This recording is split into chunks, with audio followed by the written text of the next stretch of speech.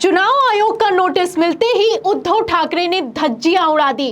कहा जो करना है कर लो, मैं पीछे हटने वाला नहीं हूं। इतना ही नहीं, उद्धव ठाकरे ने गृह मंत्री अमित शाह का वीडियो दिखाया और कहा पहले जाकर शाह पर कार्रवाई करो फिर मेरे पास आना।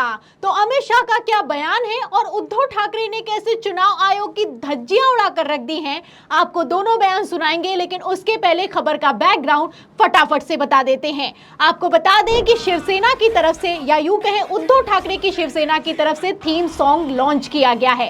इसमें जय भवानी शब्द का इस्तेमाल किया गया है। अब इसी जय भवानी शब्द से चुनाव आयोग को दिक्कत है। कहना है कि जल्द से जल्द इस जय भवानी शब्द को हटाइए वरना आप पर कार्रवाई होगी। इसको लेकर उद्धव ठाकरे को नोटिस भी दे दिया गया है। अब इसी नोटिस पर उद्धव ठाकरे का कहना है कि हम जय भवानी शब्द तो नहीं हटाएंगे, आपको जो करना है वो कर लो, मुझ पर बाद में आना, पहले मोदी शाह के पास जाओ। तो उद्धव ठाकरे ने क्या कहा है, खबर आप देखिए न्यूज़ 24 की। देखिए इसमें लिखा है कि चुनाव आयोग ने शिवसेना यूपीटी ग्रुप के मशाल सॉन्ग में भवानी शब्द के इस्तेमाल पर नोटिस भेजा है। चुनाव आयोग ने जय भवानी शब्द हटाने को कहा है। ठाकरे ने कहा कि वो अपने थीम सॉन्ग से भवानी शब्द नहीं हटाएंगे। चुनाव आयोग को जो कार्रवाई करनी है कर ले। उद्धव ने कहा कि चुनाव आयोग पहले पीएम मोदी और अमित शाह पर कार्रवाई करे। तो आप देख सकते हैं कि किस तरीके से उद्धव ठाकरे ने चुनाव आयोग को दो टूक सुनाया है। कहना है कि हम पर तो कार्रवाई करते हो, लेकिन शाह मोदी के मामले में आखिर कहां चले जाते हो। हमने जय भवानी शब्द का इस्तेमाल किया है, भवानी के नाम पर वोट नहीं मांगे। अगर कल को आप कहेंगे कि जय शिवाजी मत कहो तो हम कहना बंद कर देंगे क्या? हम जय भवानी शब्द को नहीं हटाएंगे, और अगर जय भवानी शब्द को हटवाना है तो पहले मोदी शाह पर एक्शन लो फिर मुझ पर आना। उद्धव ठाकरे ने क्या कहा है, देखिए इसमें लिखा भी है खबर में भास्कर की कि चुनाव आयोग का शिवसेना उद्धव गुट को नोटिस, कैंपेन सॉन्ग से भवानी शब्द हटाने को कहा। उद्धव बोले नहीं हटाऊंगा, जो करना है कर लो।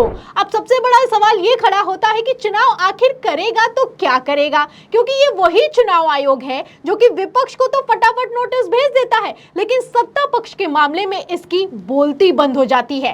आप वीडियो भी देख सकते हैं कि किस तरीके से प्रधानमंत्री नरेंद्र मोदी और उसी के साथ साथ राम मंदिर की तस्वीर लगाकर वोट मांगे जा रहे हैं, गाना बजाया जा रहा है, ये रथ निकाले जा रहे हैं। आप देख सकते हैं पोस्टर पर भी लिखा भी हुआ है कि जो राम को लाए हैं हम उनको लाएंगे। इस पर तो चुनाव आयोग से कोई एक्शन लिया नहीं जाता, लेकिन हाँ विपक्ष की बात होती है तो चुनाव आयोग फुल एक्टिव मोड में दिखाई देता है। आपको बता दें एक नहीं कई वीडियो सोशल मीडिया पर वायरल हो रहे हैं। प्रधानमंत्री नरेंद्र मोदी के बयान वायरल हो रहे हैं। इनको चुनाव आयोग को टैग किया जा रहा है, कहा जा रहा है कि इस पर एक्शन लो, लेकिन चुनाव आयोग है कि एक्शन लेने के लिए तैयार ही नहीं है। और ऐसा पहली बार नहीं हुआ है, पहले भी आप जानते हैं कि किस तरीके से राम मंदिर के नाम पर और राम मंदिर के दर्शन के नाम पर खूब वोट मांगे गए हैं, तब भी चुनाव आयोग ने कोई एक्शन नहीं लिया। अब इसी का जिक्र उद्धव ठाकरे ने किया है। उद्धव ठाकरे ने बाकायदा गृह मंत्री अमित शाह का एक वीडियो दिखाकर चुनाव आयोग से कहा है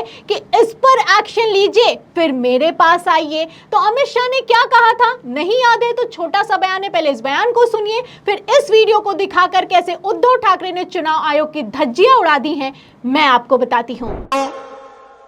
और माताएं बहनें विशेषकर आप सभी को अयोध्या में राम मंदिर का दर्शन करना है ना? करना है या नहीं करना है? खर्चा होगा ना? होगा ना? मगर मैं कहता हूं नहीं होगा। आप 3 दिसंबर को भाजपा सरकार बना दो।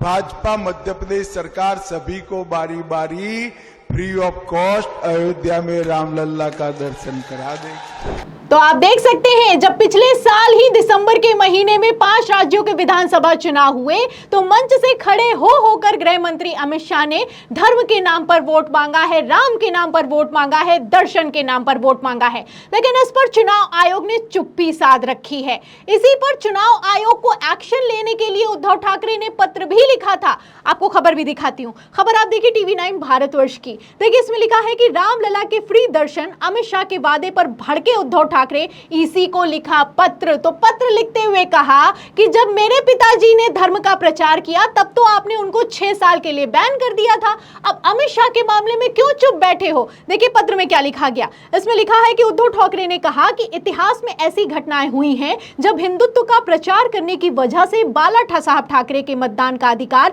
6 साल के लिए रोक दिया गया था। उन्होंने कहा कि कर्नाटक चुनाव के वक्त भी पीएम मोदी ने बजरंग बली के नाम पर वोट मांगा था। पीएम मोदी जब कहते हैं बजरंग बली का नाम लेकर ईवीएम का बटन दबाओ, तो क्या ये चुनाव आयोग के नियम का उल्लंघन नहीं है? क्या जो कोड ऑफ कंडक्ट है उसमें कोई बदलाव चुनाव आयोग ने लाया है? अगर लाया होगा तो सारे लोगों को अवगत करना चाहिए कि आप भी अब भगवान के नाम पर, धर्म के नाम पर वोट मांग सकते हैं। जाहिर सी बात है, सवाल खड़ा होता है कि क्या नियम कायदे कानून बदल दिए गए हैं? भारतीय जनता पार्टी के लिए अलग नियम कायदे कानून काम कर रहे हैं, वहीं विपक्ष के लिए अलग नियम कायदे कानून काम कर रहे हैं। पहले ही एडवाइजरी जारी कर दी गई थी कि धर्म के नाम पर अगर कोई वोट मांगेगा तो उस पर एक्शन होगा, लेकिन आप देख सकते हैं कि सत्ता पक्ष नहीं दिखाई दे रहा, मोदी शाह नहीं दिखाई दे रहे, दिखाई दे रहा है तो सिर्फ विपक्ष दिखाई दे रहा है। इसी का जिक्र उद्धव ठाकरे ने करा है और उनका कहना है कि क्या आपने नियम बदल दिए हैं, और अगर नियम बदल दिए हैं तो हमें भी जानकारी दीजिए, हम भी उसी के मुताबिक काम करेंगे। देखने वाली बात है कि चुनाव आयोग इस बार लोकसभा चुनाव में किस हद तक गिर सकता है, क्योंकि मैं आपको बता दूं कि सिर्फ आपको बता दूं कि वीडियो नहीं निकलकर सामने आ रहे हैं, बल्कि बाकायदा भारतीय जनता पार्टी की तरफ से पैम्पलेट भी छपवाए जा रहे हैं। बीजेपी के आधिकारिक ट्विटर हैंडल से इन्हें शेयर भी किया जा रहा है। आप देख सकते हैं इसमें लिखा भी है कि वोट देने जा रहे हैं, याद रखिएगा राम लला का मंदिर किसने बनवाया है, तो जो राम को लाए हैं हम उनको लाएंगे। याद रखिएगा कि राम लला का मंदिर किसने बनवाया है? सुप्रीम कोर्ट ने बनवाया है, और सुप्रीम कोर्ट चुनाव में खड़ा नहीं हुआ है। आप देख सकते हैं कि किस तरीके से क्रेडिट लिया जा रहा है, किस तरीके से धर्म के नाम पर धड़ल्ले से वोट मांगा जा रहा है, और चुनाव आयोग ने चुप्पी साध रखी है। अब वो चुनाव आयोग क्या ही एक्शन लेगा जो खुद भारतीय जनता पार्टी के प्रबुद्ध सम्मेलन को ऑर्गेनाइज करवा रहा है। आप तस्वीरें भी देख सकते हैं कि किस तरीके से प्रयागराज में निर्वाचन अधिकारी राकेश श्रीवास्तव भाजपा के मंच पर मौजूद हैं और प्रबुद्ध सम्मेलन को करवा रहे हैं। ये तस्वीरें शेयर भी की गई हैं। देखिए इसमें लिखा भी है कि प्रयागराज में निर्वाचन अधिकारी राकेश श्रीवास्तव स्वयं भाजपा के मंच पर प्रबुद्ध सम्मेलन करवा रहे हैं। ऐसी स्थिति में क्या निष्पक्ष चुनाव संभव है? क्या सरकारी कर्मचारी भाजपा के मंच पर बैठ सकता है? तो ये लोग रथ प्रभारी बनाए जा रहे हैं, प्रबुद्ध सम्मेलन करवा रहे हैं, भारतीय जनता पार्टी की हरकतों पर, भारतीय जनता पार्टी के बयानों पर चुपचाप बैठे हुए हैं। अब ऐसे हालातों में सवाल ये खड़ा होता है कि क्या 2024 लोकसभा चुनाव में चुनाव आयोग ने बिल्कुल ही बेशर्मी की हद पार कर दी है? इन खबरों पर, इन बयानों पर आप क्या सोचते हैं कि क्या इस बार 2024 लोकसभा चुनाव के बाद बिल्कुल लोकतंत्र खत्म हो जाएगा? चुनाव आयोग तो खत्म ही हो चुका है, क्या चुनाव भी खत्म हो जाएगा?